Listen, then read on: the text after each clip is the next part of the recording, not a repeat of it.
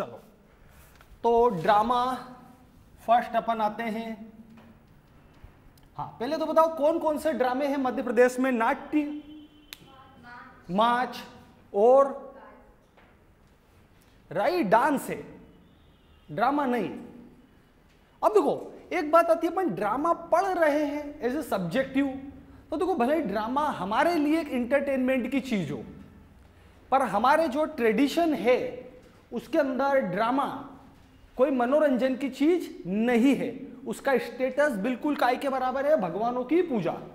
आप जितने भी अपन अभी जितने ड्रामे पढ़ेंगे इसमें सब फिक्स रहता है, भगवानों की पहले आरती होगी, एक प्रॉपर वे में अरेंज होगा सब कुछ, उसके भी ट्रेडिशनली नियम होते हैं, और आखिरी में जैसे भगवान की पूजा के बाद प्रसाद बांटा जाता है वैसे ही ड्रामे के बाद भी बांटा जाता है। यह 100% सभी ड्रामे में होता है, चाहे वो बुंदेलखंड के हो, बघेलखंड, मालवा, निमाड़, एनीवेयर। मार्च अपन पढ़ते हैं तो देखो मार्च को राजकीय नृत्य का स्टेटस दिया, तो सीधी सी बात है कि इसमें ट्रेडिशनली ढेर सारी बड़ी बड़ी बातें होगी, है कि नहीं? तो ध्यान रखना, ड्रामा हमारे पूर्वजों के लिए कोई जो है मनोरंजन की चीज नहीं थी, वो एक धार्मिक पूरी तरह से पूजा पाठ का कार्यक्रम था। अभी देखो अपन बोली पढ़ेंगे, बोली, तो देखो इसका रिलेशन क्या, आप हमेशा पढ़ोगे, बोलो शोरसेनी अपभ्रंश से ये बोली बनी, शोरसेनी अपभ्रंश,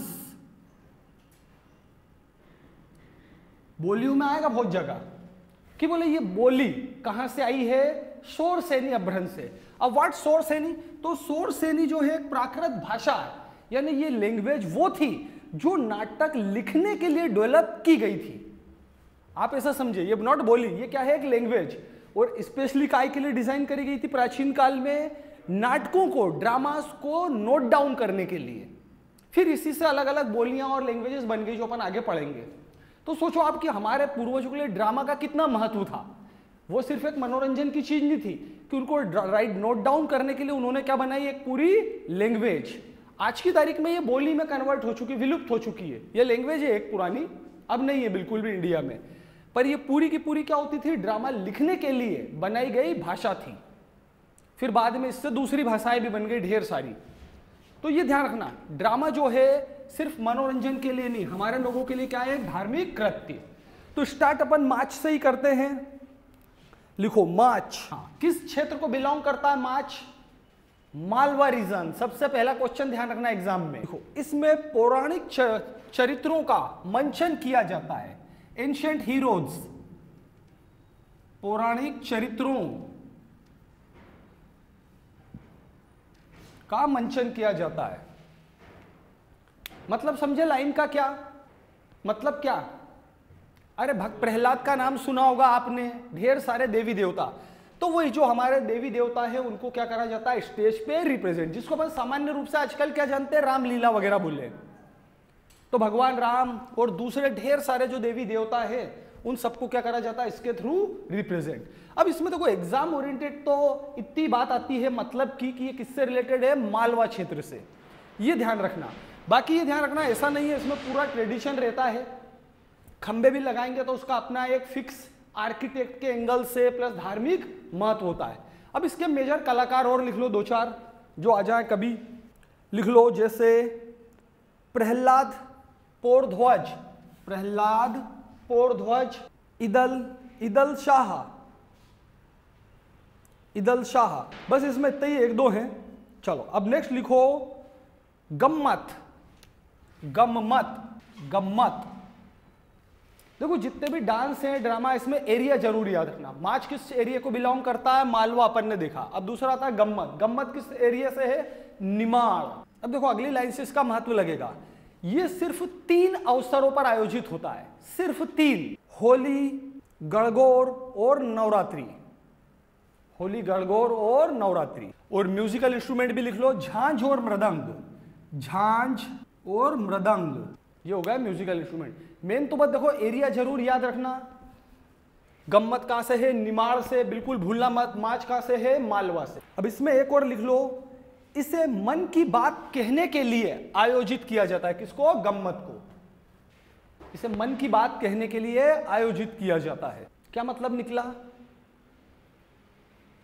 मतलब किसी सब्जेक्ट पर कोई एक्सपर्ट आदमी समाज को गाइड करेगा, ऐसा। समाज में कुछ गलत चल रहा है तो कोई एक्सपर्ट आदमी क्या करेगा, ड्रामा के थ्रू उसको बताएगा कि ये सब गलत है, इसको बंद किया जाए, है ना। चलो नेक्स्ट लिखो, अब आता है, लिखो छाहूर। छाहूर, छाहूर लिखो, यह बघेलखंड से संबंधित है। It is related with Baghelkhand, छाहूर।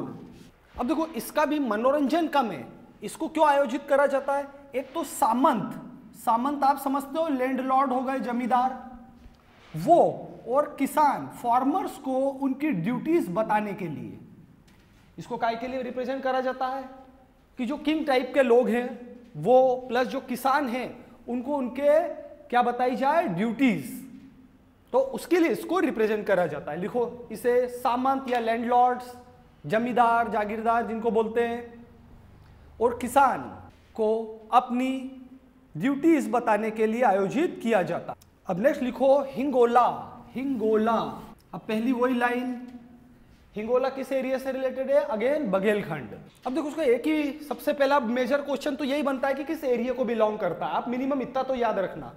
अब इसका एक बड़ा मेरिट क्या है कि इसमें जो ऑडियंस होती है ना वो भी पार्टिसिपेट करती है।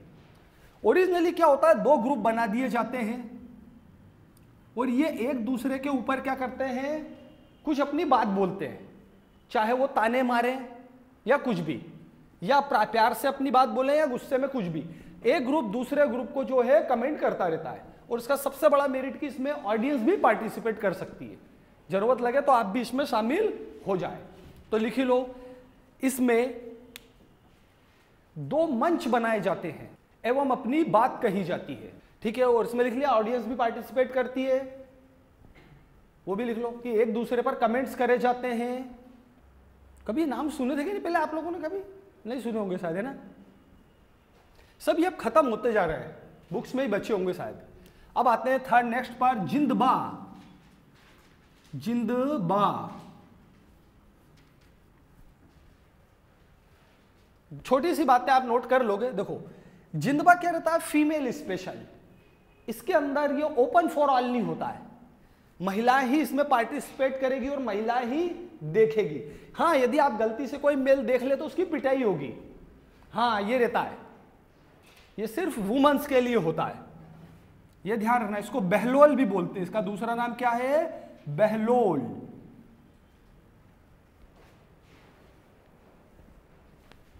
इसे बहलोल भी कहा जाता है। अच्छा, एरिया क्या? अगेन बघेलखंड। देखो it is also called Bahlol, belongs to Baghelkhand. Next लिख लो मनसुखा। मनसुखा एरिया जरूर याद रखना, तो अगेन बघेलखंड। हाँ बस वुमेन्स स्पेशल है, अब वो तुम जाना महिलाएं सब देखने, मुझे तो पता नहीं, हम कैसे जाए देखने। अरे ये क्या रहता है, वुमेन्स का रहता है कि उसमें वो आपस में कुछ बातचीत करेंगी, हंसी मजाक ऐसा।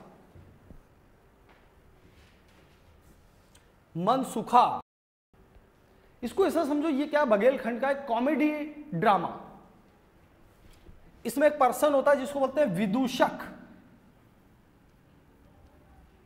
या लाल, इसको रिप्रेजेंट करता है। देखो इसे विदूषक या लाल द्वारा प्रदर्शित किया जाता है, या इसको ये भी बोलते हैं मस्खरा। अब आप समझ गए होंगे क्या चल रहा है, कॉमेडियन टाइप का कोई पर्सन, तो इसमें क्या है, ये कॉमेडी करते हैं, और एरिया वही लिखना है बघेलखंड। तो इसको रिप्रेजेंट जो करता है, तो ये एक भी हो सकता है और एक से ज्यादा लोग भी हो सकते हैं। पर ध्यान ना, भले अपन बोले मस्खरा ये वो, पर गांव में इन लोगों को काफी रिस्पेक्ट मिलता है, कॉमेडियन माना जाता है। जैसे अपनी फिल्मों में होता है कॉमेडियन, वैसे ही मनसुखे में क्या होंगे, विदूषक। चलो एक और लास्ट लिख लो, बघेली नोटंकी। बघेली नोटंकी,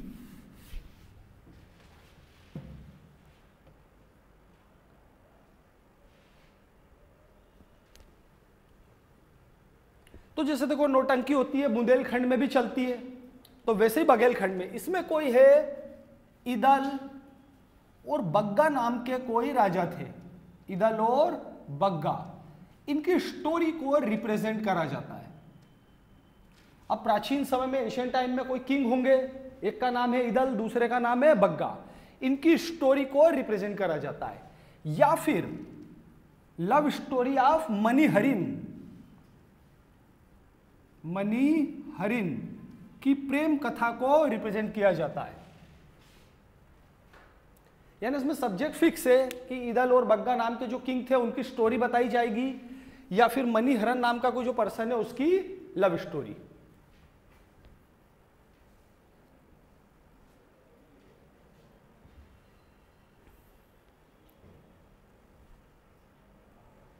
अब नेक्स्ट आओ, काफी इंपॉर्टेंट, खंबा स्वांग।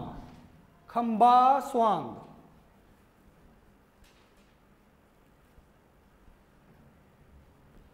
ये तो पता होगा, खंबा स्वांग आपने पहले भी पढ़ा होगा, कोरकू ट्राइब से रिलेटेड है। हाँ लिखो, यह कोरकू जनजाति, it is related with Korku tribe. दो तीन है वैसे तो, मेन लाइन इसमें यही आती है, एग्जाम में भी आई तो, कि खंबा स्वांग किस ट्राइब से रिलेटेड है, ये बहुत महत्वपूर्ण लाइन है।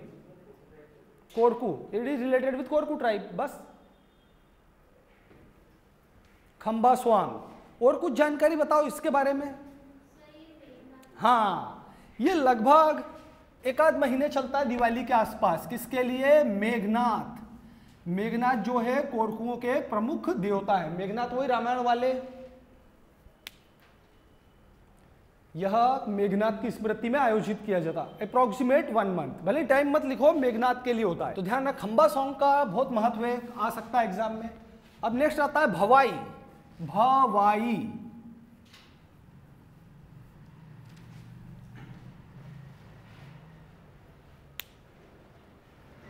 ये भी थोड़ा क्या है, ओपन फॉर ऑल नहीं है ना। ये एक्चुअली में क्या होता है, बिलोंग करता है भील ट्राइब को, और ये एडल्ट टाइप का ड्रामा होता है। मतलब सामाजिक बुराइयां या जो भी सब्जेक्ट हो उसके ऊपर एडल्ट वे में प्रेजेंटेशन होता है, अश्लील। थोड़ा इसको क्या है, पर्टिकुलर रखा जाता है कि ज्यादा लोगों को नहीं बताना है। वैसे देखो क्या, आजकल तो ट्राइब के लोग या अपन लोग है ना, आपस में थोड़ा घुलते मिलते जा रहे हैं। नहीं तो आज से कुछ साल पहले तक ऐसा होता था कि ट्राइब की हर चीज एक प्रकार से सीक्रेट होती थी, आम पब्लिक के लिए होता नहीं था। एक छोटा सा किस्सा बताता हूँ। कुछ साल पहले कोई फॉरेनर आए थे और वो अंडमान निकोबार गए थे। वहां पे कुछ ट्राइब का डांस हो रहा था, कुछ ट्राइब का डांस वगैरह हो रहा था, जो भी है। उन्होंने क्या करा, उसकी रिकॉर्डिंग कर ली और उसको फिर यूट्यूब वगैरह पे डाल दिया, कोई भी सोशल मीडिया प्लेटफॉर्म पे। तो उनके को पुलिस ने अरेस्ट कर लिया था और केस बनाया गया था कि आप हमारे ट्राइब्स की जो भी रिचुअल्स हैं उनको इस तरह से ओपन नहीं कर सकते हैं। तो अब आप सोच सकते हैं, फॉरेनर इंडिया आया, अंडमान निकोबार में उसने कुछ रिकॉर्डिंग कर ली एंड देन उसको सोशल मीडिया पर डाल दिया, तो पुलिस ने अरेस्ट करा था। ये लगभग 10-15 साल पुरानी बात है। तो आप समझ सकते हैं कि इनको गवर्नमेंट कितना प्रोटेक्ट करती है, हमारे से अलग ही रखा जाता है। तो ये भी ऐसी अश्लील में, इसमें ज्यादा हम लोग पार्टिसिपेट नहीं कर सकते हैं। चलो नेक्स्ट लिखो, लकड़बग्गा। लकड़बग्गा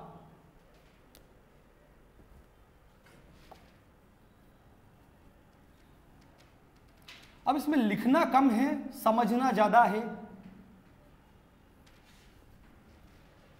देखो पहली कंडीशन ये रहती है कि इसमें कोई पर्टिकुलर ट्राइब नहीं है कि सिर्फ ये पर्टिकुलर ट्राइब ही करेगी। जैसे अभी आपको मैंने बताया, कोरकू जनजाति में ही होता है सिर्फ खंबा स्वांग। लकड़बग्गे में ऐसा नहीं है, related to more than 1 tribe.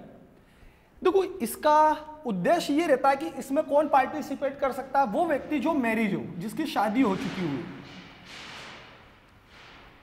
Marriage के बाद ही कोई व्यक्ति इसमें पार्टिसिपेट कर सकता है कि नहीं। और इसमें ऐसा रहता है, ड्रामाटाइजेशन क्या रहता है कि कोई पर्टिकुलर आदमी है, उसकी वाइफ को क्या करा है, लकड़बग्गे ने किडनैप कर लिया। फिर वो आदमी अपनी वाइफ को बचाने के लिए गया, सही है। फिर लकड़बग्गे के साथ और जो है उस पर्सन की लड़ाई होती है। तो इसमें इस तरह से रिप्रेजेंट करा जाता है कि एक ह्यूमन बीइंग और एनिमल के बीच में आपस में कितनी जरूरत और कोऑपरेशन होता है इसको। यानी एक प्रकार से ये ड्रामा क्या रिप्रेजेंट करता है कि आपको एनिमल्स के प्रति दया दिखानी चाहिए, ऐसा। तो पूरी इसकी स्टोरी बनाई हुई है, ये ध्यान रखना। बस इसमें इतना नोट कर लो, लिखो, यह मनुष्य और पशुओं के बीच प्रेम को प्रदर्शित करता है। कि आप उनको प्रोटेक्ट करें, परेशान ना करें, तो इसीलिए इसका नाम दिया गया है लकड़बग्गा।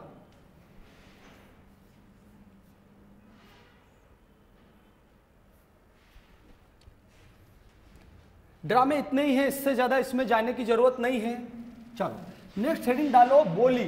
बोली, अरे आप लोगों को नहीं पता व्हाट इज बोली? नहीं मालूम बोली? अरे बुंदेलखंडी वो क्या है? बोली। निमाड़ी क्या है? बोली। तो ऐसी बहुत सारी ब्रज भाषा, तो ये क्या है? बोली। तो मध्य प्रदेश में बहुत सारी है, वैसे तो अपन पूरी लिस्ट लिखेंगे तो 30-40 निकल जाएगी, पर कई सारी ऐसी जो टोटली गायब हो चुकी है, सिर्फ बुक्स में बची है। कुछ एक जो छोटे मोटे लेवल पर बाकी हैं, अपन उनके बारे में पढ़ेंगे। तो पहले देखो, एक शब्द होता है बोली, दूसरा होता है भाषा। तो अंतर क्या है दोनों में? बोली क्या और भाषा क्या? हाँ, और देखो ऐसा होता है, इसमें एक ही अंतर होता है, भाषा का एरिया बहुत बड़ा होता है। हिंदी बोली नहीं है, वो भाषा है। वाई? क्योंकि हिंदी का आप एरिया जानते हैं, कितने सारे लोग और कितने बड़े एरिया में उसको बोला जाता है कि नहीं? आप एमपी महाराष्ट्र में भी जाके बोलेंगे, गुजरात में भी, हिमाचल में भी, जम्मू कश्मीर में भी, तो सब लोग समझ लेंगे। सही है? तो ये क्या है? भाषा। और बोली एक पर्टिकुलर एरिया को बिलोंग करती है, उसका एरिया कम होता है। अरे जैसे निमाड़ी, तो निमाड़ के बाहर लोग समझ पाते हैं क्या? आपको आती है निमाड़ी भाषा? समझ लोगे क्या कोई बोलेगा तो उसका एरिया क्या है? बहुत छोटा है। तो छोटा एरिया क्या हो गया? भाषा। और बहुत बड़ा एरिया हो गया, छोटा एरिया हो गया बोली, बहुत बड़ा एरिया क्या हो गया? भाषा। तो बुंदेलखंडी, निमाड़ी, गोड़ी, भीली, ढेर सारी भाषाएं हैं। ब्रज भाषा है ना, और कई सारी हैं आज भी। मैथिली, क्योंकि छोटी, हाँ, मैथिली ब्रज भाषा मध्य प्रदेश में चलती है, मुरैना वगैरह में, और मैथिली भाषा चलती है बिहार में। एमपी में तो मैथिली बिल्कुल भी नहीं है, बुक्स में तक नहीं अपने। और वैसे हैं मैथिली बोलने वाले बहुत सारे लोग। मेरे एक स्टूडेंट थी, उसकी शादी हुई थी मैथिली भाषा बोलने वाली लड़की से। अब मैं सोचा था इसको आती नहीं, बात करता कैसे होगा? ये आज तक पिछले 12 साल से डाउट है मेरे को। पूछा तो मैंने, उससे आंसर नहीं, वो बिहार का ही था। चलो आगे लिखो, बोलियां। तो पहले बोली भाषा लिख लो। बोली किसी क्षेत्र विशेष में बोली जाती है तथा भाषा का क्षेत्र अत्यंत विस्तृत होता है। तो ध्यान रखना, बोली क्या है? छोटे एरिया में बोली जाने वाली, और भाषा का एरिया काफी बड़ा होता है, बहुत बड़े क्षेत्र में बोले जाने वाली। तो एग्जाम्पल में लिख लो, बोली हो गया बुंदेलखंडी, निमाड़ी एटसेट्रा। भाषा में हो गया हिंदी, इंग्लिश। बाकी भाई यही अंतर होता है मेजर। ठीक है, अब मेजर में आओ। सबसे पहला लिखो बुंदेली, या जिसको अपन बोलते हैं बुंदेलखंडी भाषा, बुंदेली। छोटे छोटे फैक्ट्स हैं। बुंदेली में 2-3 लाइनें जरूर है काम की, जो परीक्षा में काम आ सकती हैं। देखो, बुंदेली जो है मध्य प्रदेश की सबसे बड़ी, लार्जेस्ट बोली जाने वाली भाषा है। मध्य प्रदेश में जो सबसे बड़े लेवल पे जो बोली बोली जाती है वो क्या है? बुंदेलखंडी।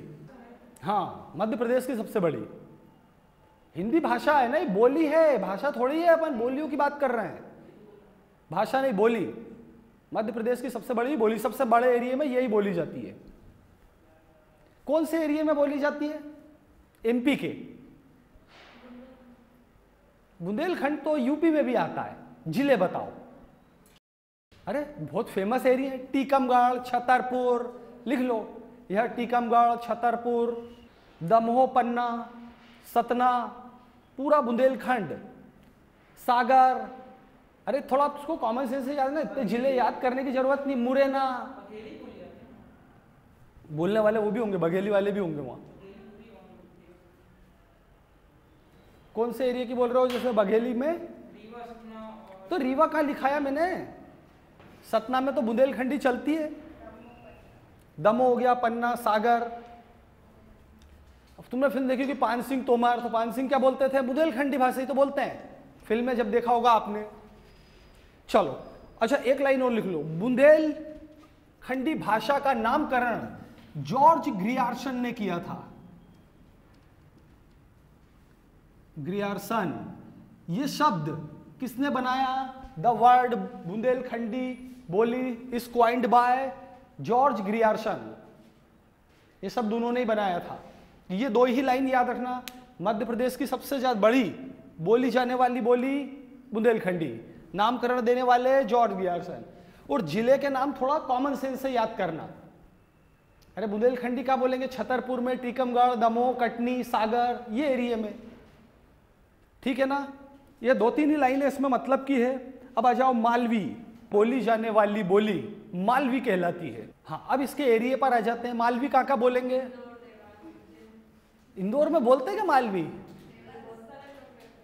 लिख ही लो। हाँ सही है। वैसे उज्जैन, इंदौर, देवास, होल मालवा, सीहोर भी राइट है, बिल्कुल राइट है। सीहोर बहुत बड़ा एरिया। एक और दो नाम और एक्स्ट्रा भी लिख लो। झाबुआ, वहां तक चलती है ये। मतलब आपको मैक्सिमम पता कि झाबुआ तक में भी इसके बोलने वाले लोग हैं। बहुत बड़ा एरिया, मालवा पूरा आता है। कई लोग ऐसे जो दो भाषाएं बोलते हैं, हिंदी भी। चलो ठीक है। मालवी के बाद आओ निमाड़ी, तो वही निमाड़ में बोली जानी। निमाड़ क्या हो गया? खंडवा और खरगोन।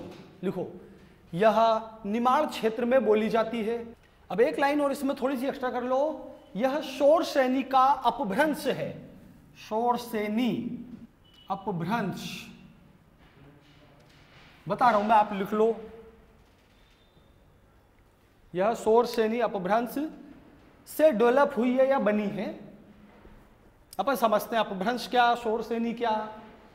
ये सभी आपको मैंने थोड़ा सा बताया भी था। देखो, शोर सैनी सीधी सी बात है, अभी आपको मैंने बताया, एक प्राचीन लैंग्वेज है। भारत में पहले बहुत सारी भाषाएं चलती थी, तो उसी में से। और इसका यूज क्या होता था पुराने जमाने में कि इसमें ड्रामा लिखे जाते थे।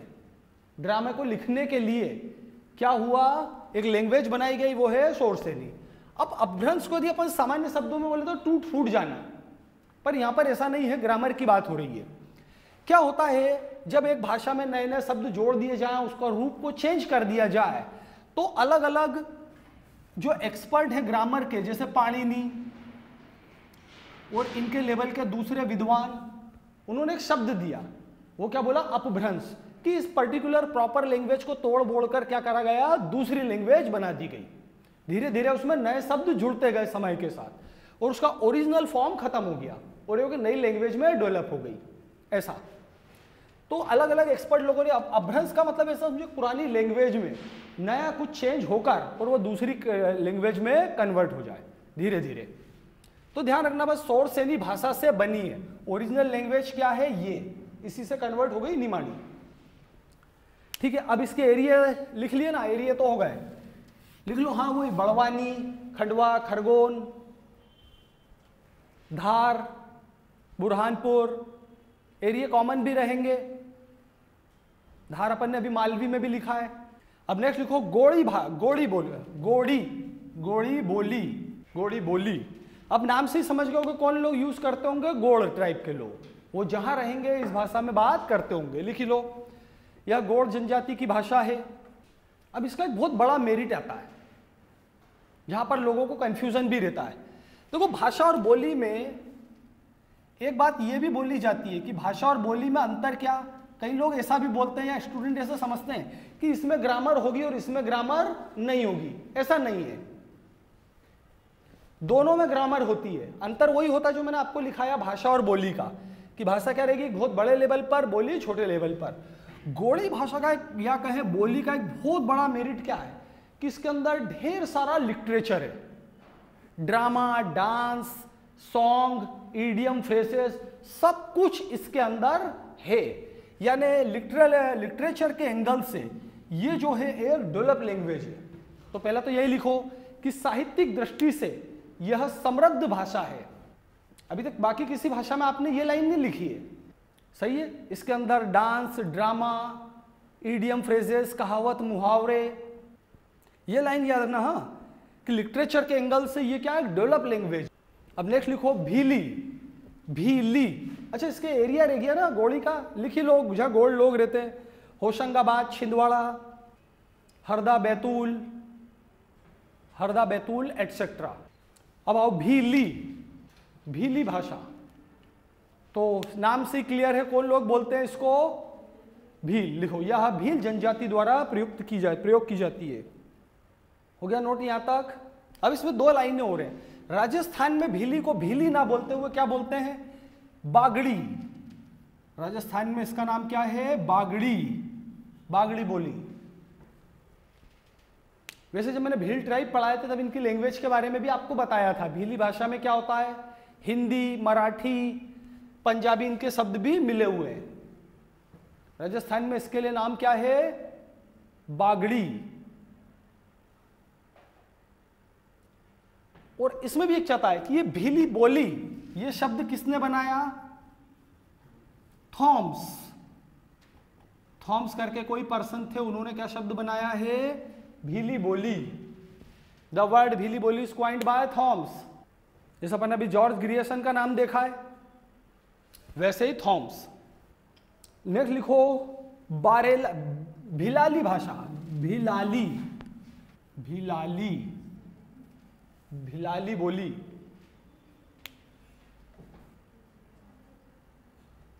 ये कौन यूज करते हैं, भिलाली। भील तो अभी अपन ने पढ़ा, फिर दूसरी लैंग्वेज। भीलों में एक सब कास्ट होती है, भिलाला, अपन ने पढ़ा था ये भी। तो ये लोग यूज करते हैं भिलाली। भीलों की एक सब कास्ट है।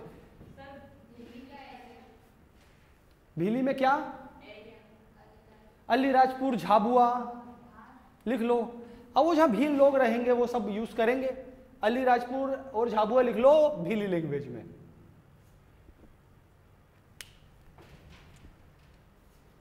तो भिलाला क्या है, भील लोगों की एक सब कास्ट है। इसमें भी ऐसा रहता है, बड़े छोटे, ऊंची जात, नीची जात। तो भिलाला लोग क्या रहते हैं, अपने आप को सुपीरियर मानते हैं। तो उनकी लैंग्वेज क्या हो गई, भिलाली। लिखो, इसे भिलाला ट्राइब द्वारा यूज किया जाता है। इसे बारेला भी कहा जाता है, बारेला, बारेला।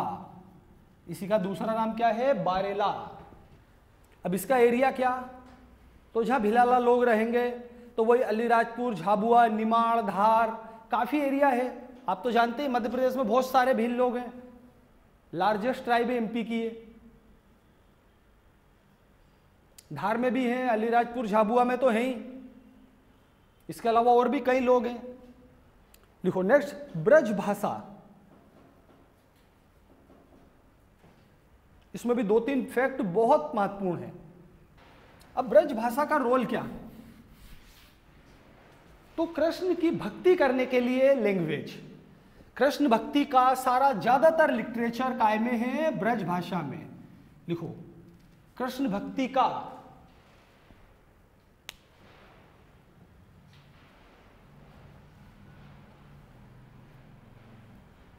अधिकतर साहित्य ब्रज भाषा में है, यह यूज होती थी। ये लाइन याद रखना, कभी काम आ जाए, थोड़ा डीप में क्वेश्चन बन सकता है इससे, बट काम आ सकती है। तो कृष्ण भक्ति का सारा काव्य काय में है, ब्रज भाषा में है। अब दूसरी इंपॉर्टेंट लाइन लिखो, काव्य की उत्पत्ति ब्रज भाषा में हुई है। पोयम, काव्य मतलब पोयम। काव्य की उत्पत्ति ब्रज भाषा में ही हुई है। तो सबसे पहले जब पोयम बोलना स्टार्ट करी गई थी तो किस लैंग्वेज में बोली गई थी, ब्रज भाषा में। तो दोनों लाइनें याद रखना कि कृष्ण भगवान से रिलेटेड जितनी भी भक्ति है वो सब किस में लिखी गई है, ब्रज भाषा में।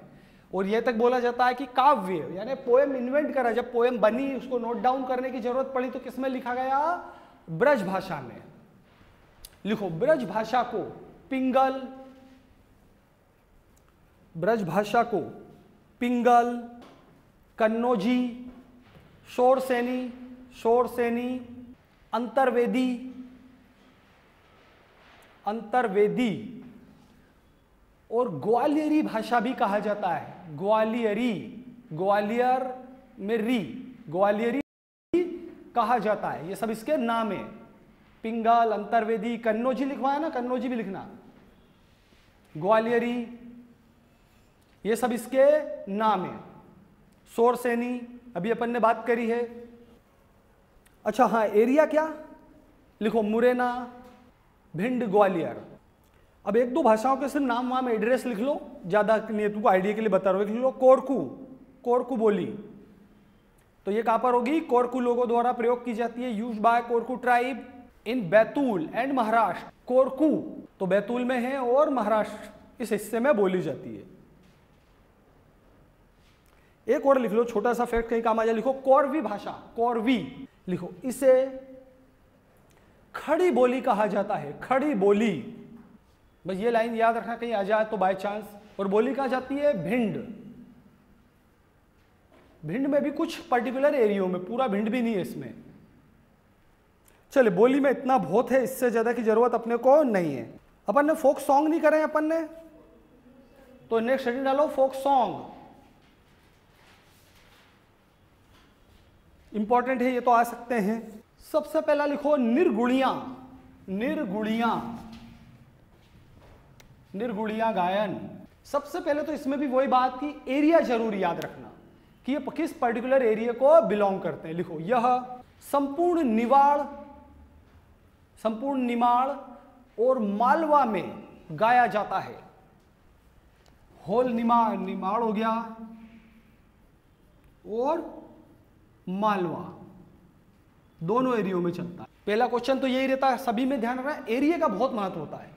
एग्जाम में सबसे पहला क्वेश्चन, चाहे फोक सॉन्ग हो, डांस हो, ड्रामा हो, कुछ भी हो, एरिया सबसे महत्वपूर्ण होता है।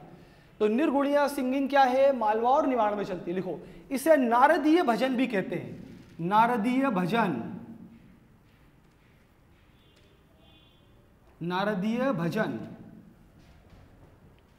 इसका दूसरा नाम। चलो नेक्स्ट लिखो कलगी तुर्रा, कलगी तुर्रा, कलगी तुर्रा। तो मतलब क्या इसका गाने का, ये हो गए पार्वती एंड शिव। तुर्रा किसके लिए यूज करा गया है, शिव के लिए। लिखो यह संपूर्ण निमाड़ क्षेत्र में गाया जाता है, संपूर्ण निमाड़।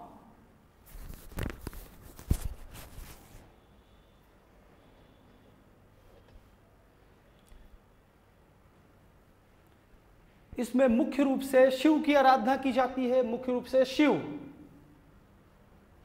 की आराधना की जाती है।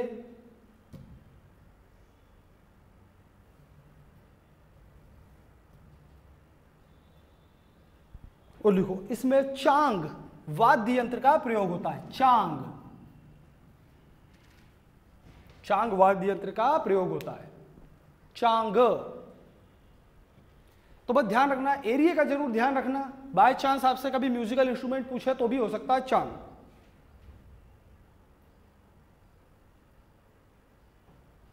नेक्स्ट लिखो मशान्या गीत,